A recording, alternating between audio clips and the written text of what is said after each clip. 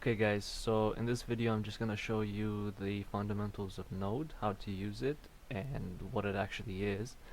We're going to combine it with the Express framework, and I'm going to show you how to do that as well. Again, this is just a tutorial, so we're going to go over a bunch of things, and hopefully it's just going to give you an insight of how to get started with Node. So what's Node?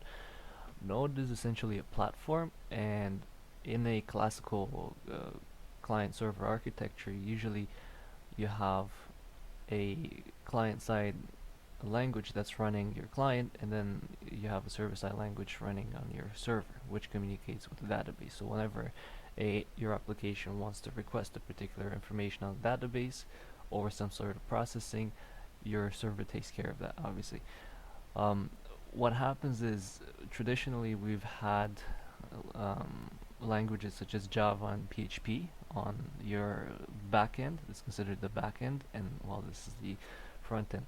Now they've had the genius idea of actually taking Chrome's V8 runtime and converting that into a platform, and that's called Node. And Node is running on JavaScript. So essentially Node is bringing JavaScript to the server, and this brings a bunch of benefits, especially for data encapsulation. If you're running JavaScript on the client and on the server, it makes your life a lot easier. So let's just go ahead to the Node website. So if I go,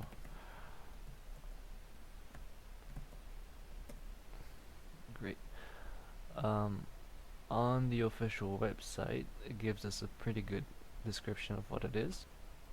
Okay, so I'm gonna spend a bit of time talking about this definition right here. So Node.js is a JavaScript runtime built on Chrome's V8 JavaScript engine, which is a very, very powerful tool.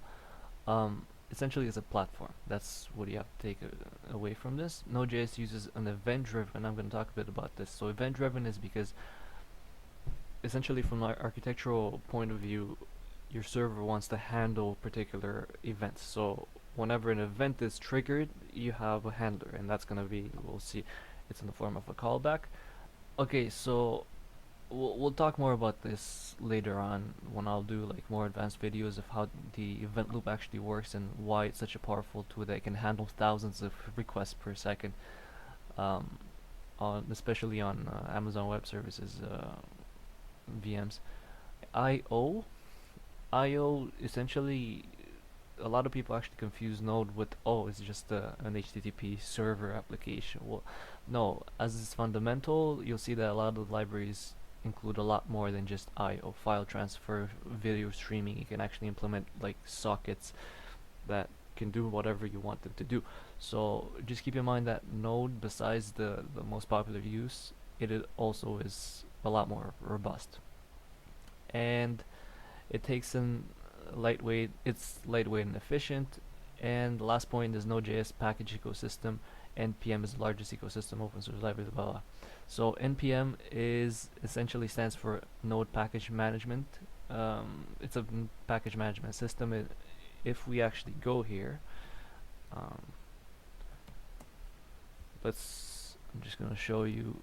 These are a bunch of tools that people actually build, and you can import them, and they provide a more robust or easier functionality for your application. And you can go over here, and all of them, there's a lot of different applications that you might find for your own interest. So feel free to check out any of these packages, and you'll get pretty good from a development point of view. So how do we actually use it? Let's go ahead and get started with this. So we go to docs, and over in docs I'm gonna go to API, and in API, like I mentioned, they totally changed the layout. Like I mentioned, there's a bunch of a bunch of different libraries that we're gonna go ahead and import.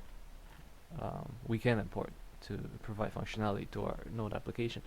So what we're gonna use for web server, we're obviously gonna use the HTTP library, and we're gonna go into that. Keep in mind that Node has a bunch more functionality than you might actually expect.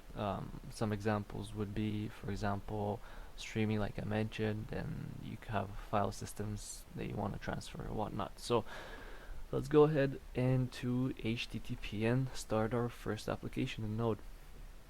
We're also gonna do a popular framework, Express, and I'm gonna show you how to combine those as well. Okay, so over here, I think the best way to do this is I'm gonna build it like that. Oops, too small. Okay, this should do it. So let's go ahead and make a directory, and we're gonna call this server app, and we're gonna go to that directory.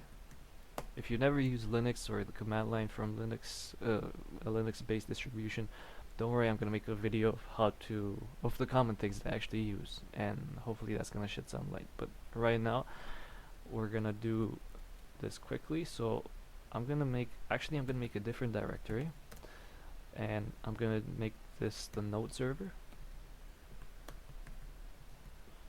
and we're also gonna make an express server later on. So let's go to node server, and there's nothing inside that. So first thing I'm going to go ahead and do is, oh, you have to install Node. Obviously you can't just go ahead and start this. Two things: install Node and also install npm. I don't remember if they're separate identities, but you need to have both of them to use, particularly for Express. You can't really use Express unless you manually download it, but that's why the content management system is into place. It makes your life so much more easy, and you'll see that if you have no idea what I'm talking about. So sudo, I'm gonna go into your favorite editor, and I'm gonna do this. I'm gonna create a server.js. Okay, so we're inside Vim, and we're gonna start building our application. Everything we're gonna go ahead and do is from here to here, maybe a bit here. Okay, so if you go down this page and you actually read everything, just stop over here and you should be well on your way to build your own application. Yeah, these things, we don't actually use them, so that's good. Okay, so the first thing we're gonna do is we have to import the library, and this is the HTTP library like I mentioned before, and we're gonna store that into a variable. So I'm gonna do this, and we're gonna require HTTP. Okay. The next thing that we're gonna go ahead and do is we're gonna create the server. So right now in this variable we have stored everything. We have stored this whole library, and we can start using it. The first thing we need to do is create a server. Oh, actually one more thing. Let me just go ahead for a second. Node provides you this wrapper functionality that you can actually execute code in. So if I want to say 4 plus 2, it even has like a memory function. So if I do var 6 equals to 6, and then var 7 equals to 7, I'm gonna do 6 plus 7, and it's gonna return 13. So it keeps a memory. Also, you can go ahead and check the HTTP methods and HTTP status codes. You call this this method on the library, so let's go ahead and do that.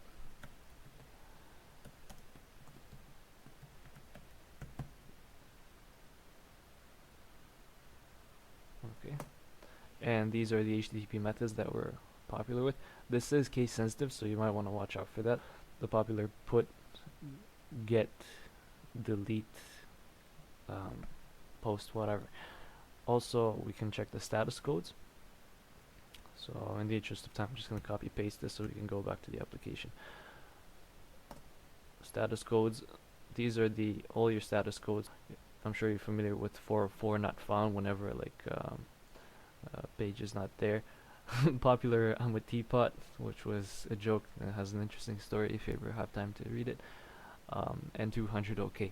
Anyway, these two, you might find them useful sometimes. Sometimes you might want to like call up the method and just extract the code in case you forgot it or you want your application to be automated. Okay, so we're gonna go to the first thing, and the first thing we have to do is create the server. Okay, I'm gonna zoom out just well, doesn't seem to be giving me an ideal choice, but whatever. Anyway, so we have to create an HTTP server. Okay, so we're gonna go back. I have to Control C it twice, clear, and we're still in there. Okay, so let's edit this file. As I mentioned earlier, we created a HTTP variable and we stored the HTTP library inside of it. And over here, we're gonna go ahead and create a server. Let's go ahead and store that into an app. So var app, and we're gonna do HTTP dot, and if I scroll just a bit, create server. This is the method that returns an actual server. So all the objects in there, as object-oriented programming, you can find like all the methods and all the functionality within the HTTP.server class. So to return the HTTP.server class, we have to create it, like I mentioned.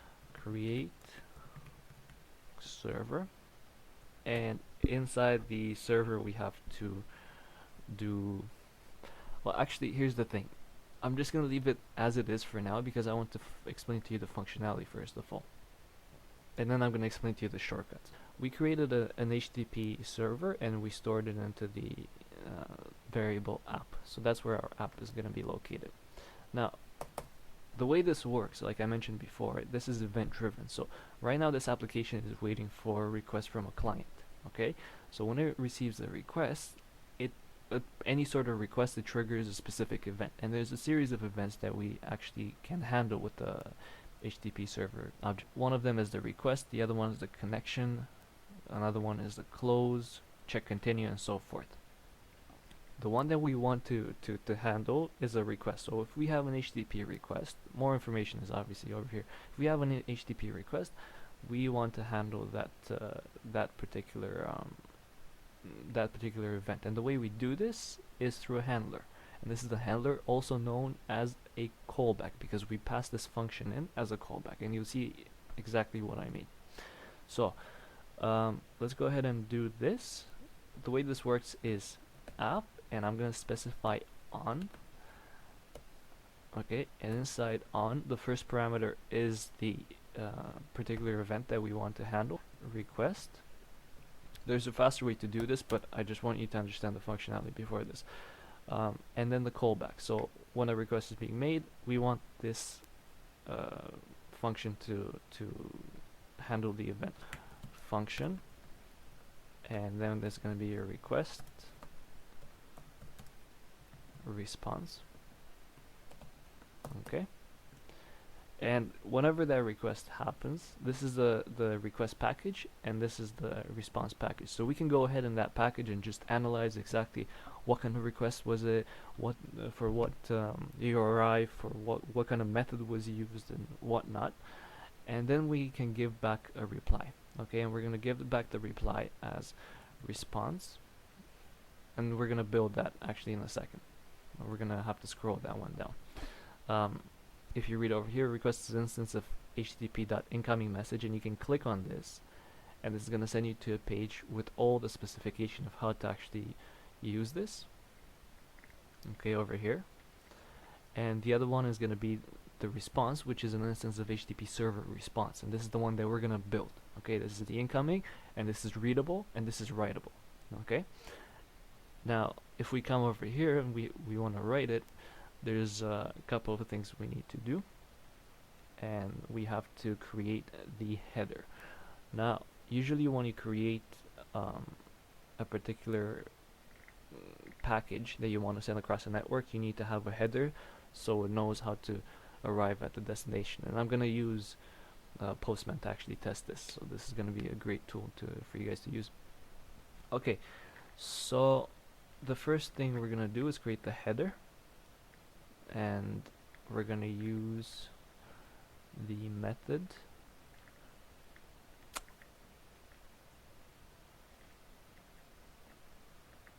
Well, there's you can read this. There's a couple of ways to do this. I'm just gonna do it the more classy way, or less classy.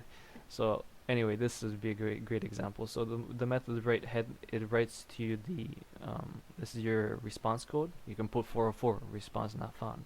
200 is for OK, and this is your actual header content. So it gives you the description of what kind of package it is. Remember, this is a layer of implementation if you're familiar with the OSI model. I'll also make a video of that for you guys to digest, because I think it's very useful. The write method, this is where you write the information that you want to send back. Trailers, we don't care, it's not mandatory, but what is mandatory is an end. If you don't put an end, then your application is just going to lag and you're never going to receive the package. Actually, you're probably going to receive the package, but it's not going to finish the handler. It's just going to lag over here, and that's essentially bad coding because it's blocking your server, and your stack is not being flushed. Okay, so let's go ahead and actually do this. So response, we're going to write the header. So, and like I specified, the response code is going to be 200, which is going to be in the form of a number, and the content type. These are not mandatory things. You can still receive the package. I find that some browsers like Chrome, they will still render the package even though you don't actually specify the content type. But for the purpose of this video, we're going to go ahead and do this. Obviously, in production environments, you have to take care of these things. So you can't just be like, oh, okay, well, I'm not gonna write it because it's not necessary. No, it's sometimes necessary, but you know, we need to have clean code. So text plain, okay, and we're gonna do a response. It's just good practice at the end of the day. So, and I'm gonna write this. We're gonna do, what should we say? Hello world. Okay. It's not grammatically correct, but please bear with me. Response, and like I mentioned, we have to end it. You can try for yourself to see if you don't write this function what happens. You'll see that the browser is going to keep looping, and you can't continue handling events. Okay, and that's bad practice. Okay, so essentially right now we have an application that on the request event, it's going to handle the request. Whatever sort of package we receive, it's gonna create the function. It's gonna create a package. It's gonna send the message hello world. Okay. The last thing we need to do is we need to bind this. Okay. Let's bind this application, and we're gonna do app.listen. And there's a couple of things. There's different options over here. If I go to, this should be in the server, so server.listen. See, there's a couple of options we can actually use. The one we're going to use over here is the port one. This, whatever is in the square brackets, is optional, so you can also create a callback, backlog. You can specify the host name. Now, if we don't specify a host name, it's going to tell you that's going to be sent automatically as an IPv4 address. It's going to be sent automatically to localhost. Actually, I can't see it right now off the top of my head, but if you read this carefully, you'll see that it's just going to be localhost. It's just going to do a local loopback. So I'm going to specify the port 8000, or just in case, so we know this is the one, 8004, and I'm also going to specify the callback, and this callback is, again, it's just a handler if this is actually initiated. So it provides extra functionality. This callback, I can do whatever I want in it. So I can say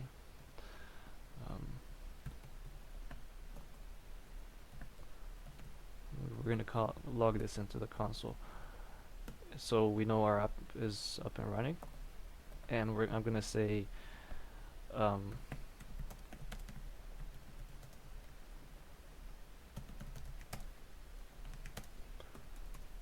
8004 exclamation mark.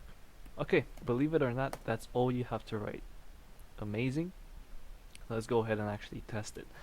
So I'm gonna come over here. The way you test this is, again, the only file I have is server.js, and I'm gonna do node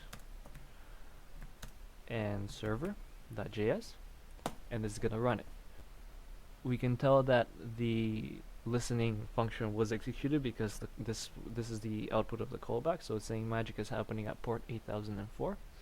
So if I come here and I do localhost semicolon 8004, okay, that's your port number.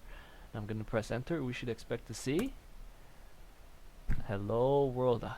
Okay, perfect, it worked. I'm also going to show you, actually, I'm going to use Postman for a second, and just to show you how low level this actually gets. The application keeps running, so I can refreshing. This keeps getting handled. Postman is an amazing tool. It started off as a side project for someone who was frustrated because they had to manually test for different functionality. And this guy actually built a tool that I particularly love, especially for testing APIs. You'll find that this is very useful. You can download it as a Chrome extension.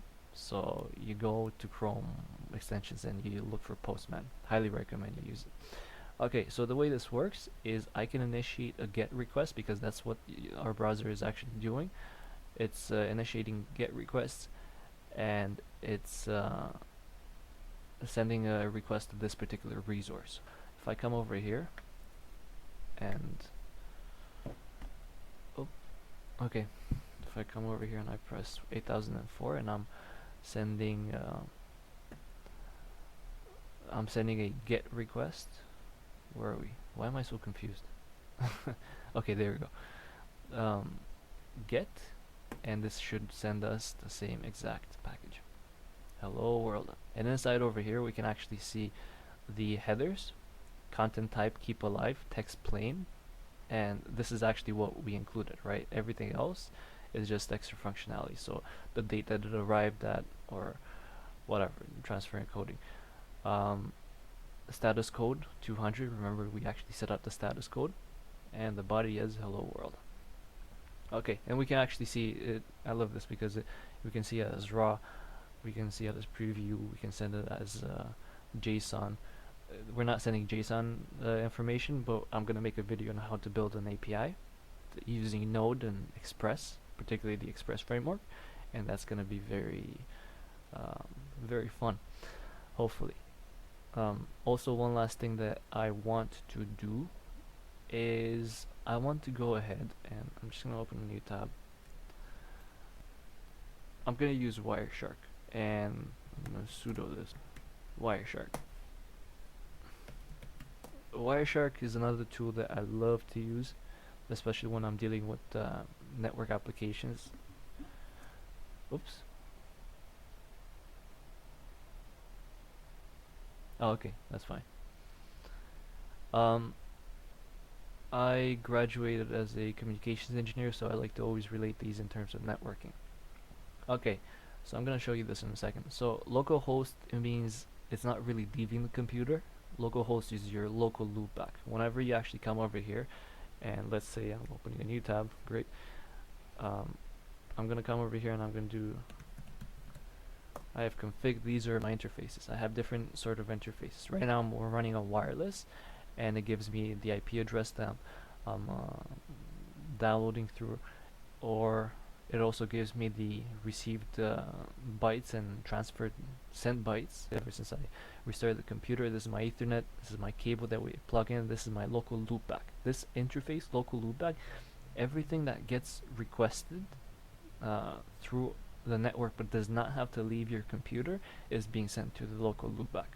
Okay, and that's also known as 127.0.0.1, which, if I show you, it is the equivalent of me saying, making a request at that particular address on port 8004. We get exactly the same thing. See, localhost and 127.0.0.1, that's your local loopback address. Okay, nice thing to know. So I'm gonna go over here to Wireshark, and I'm gonna show you how to sniff packets. This is a packet sniffer, and we're coming over here to this IP address, the local loopback, and I'm gonna go ahead and start a packet sniffing session. Now there's nothing happening right now because I have no request running on local loopback, but as soon you'll see, as soon as I make a request to this IP address, you're gonna see a bunch of packets that are gonna be sent and received. Okay, so I'm sending a request, bam, and I'm gonna receive, bam. Okay, we're gonna stop this because this is a huge calamity. This is great. This is exactly what we wanted. Let's go ahead and I'm gonna show you which packet I'm interested in. Okay, so initially the first thing that, oops, I should not have done that. Okay, the first package is a GET request on HTTP version 1.1, and the request was done on, oh, we're dealing at this layer. Okay, the request was done on this IP address, 127.0.0.1, port 8004. Okay, and I like this because it shows you the exact package, how it was actually sent as a whole. You can send this into, convert this into hex, it's the same exact thing. Let's just go head over here for a second. Okay, and this whole section is exactly your destination request. And if we scroll down, we receive an OK, and this is our package that we received. Let me show you again. This is layer 4 implementation. Okay, so this is again layer 5. Sorry if I said layer 4 earlier, I must have been sleeping, because layer 4 is your TCP/UDP set of protocols. Now this resides on top of TCP, the HTTP protocol. So everything we encoded into layer 5. And if we scroll down over here, we can see that the response was 200 OK. Let's just go over here. So content type, text plain. See, this was the part of the packet that said the content type. Again, the date, connection keep alive, transfer encoding. A couple more information. Data chunk. Okay, this is your data chunk, whatever that means. I'm not particularly sure. Oh, the chunk size. It tells you the size. If we scroll down, this is our actual data right here. It tells you the length of number of characters that are within the message, and the actual data that's actually encapsulated. If I come over here and I show you bits, this ironically is the actual message. This is what we sent as the payload. Okay, outside and before this is everything before is the header. Okay, what I want to show you over here is, in spite of all this being so robust, look at the amount of information that had to be sent, all these bits, just to send this one message right here at the end. Okay, so it's much more efficient to make bigger payloads and smaller headers, as long as you actually achieve the efficiency, because resending this package is not necessarily the best of the most efficient use of your network. Anyway, hopefully this has shed a bit of insight. Next we're going to go ahead and do the Express framework. It's very unopinionated of a framework, and you'll see exactly what I mean about that.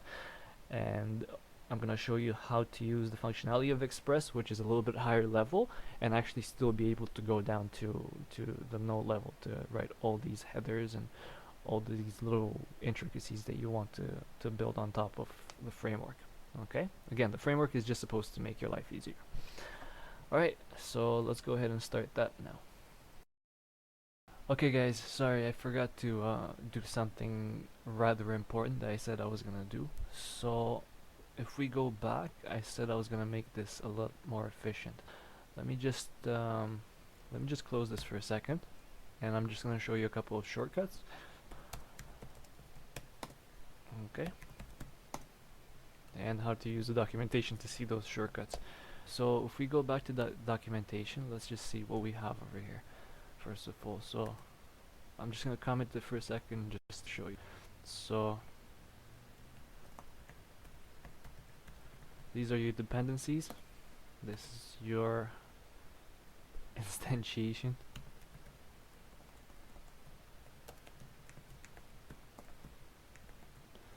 And these are your routes.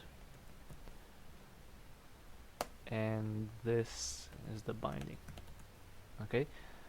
App instantiation dependencies, I don't have to talk about it. Routes. Okay, so your routes are essentially a combination between a method, HTTP method, and a URI, and how to actually handle that particular request.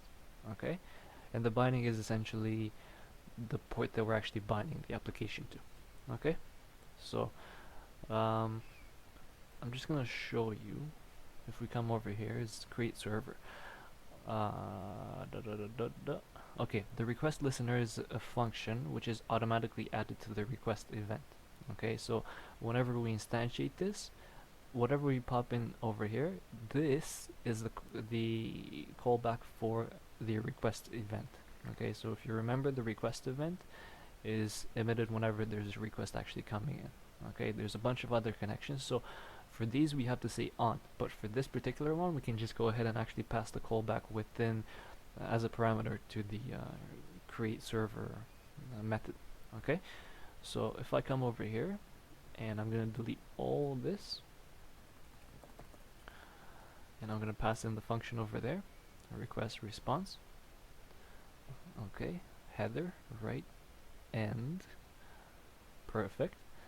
And the next thing we can also do is we don't necessarily have to create the actual object itself, actually require the dependency. We can go ahead and require it here. So if I come here,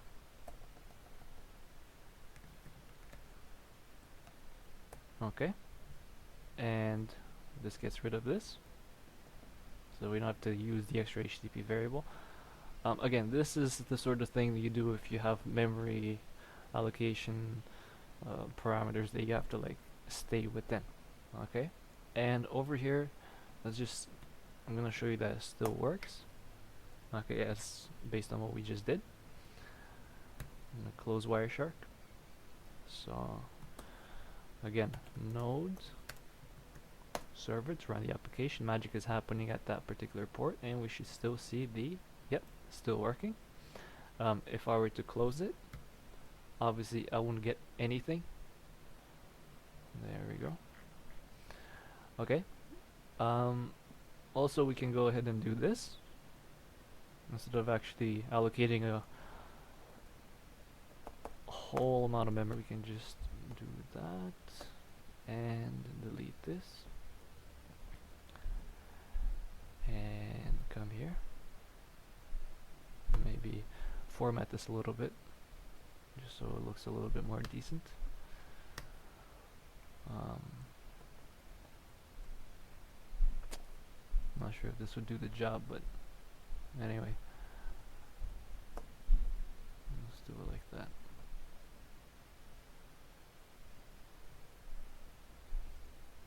Content type, response, and listen with that particular callback.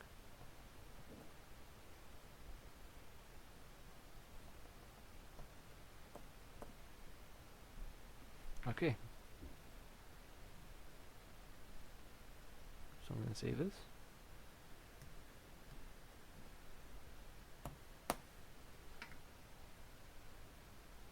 And if we run it, same exact idea.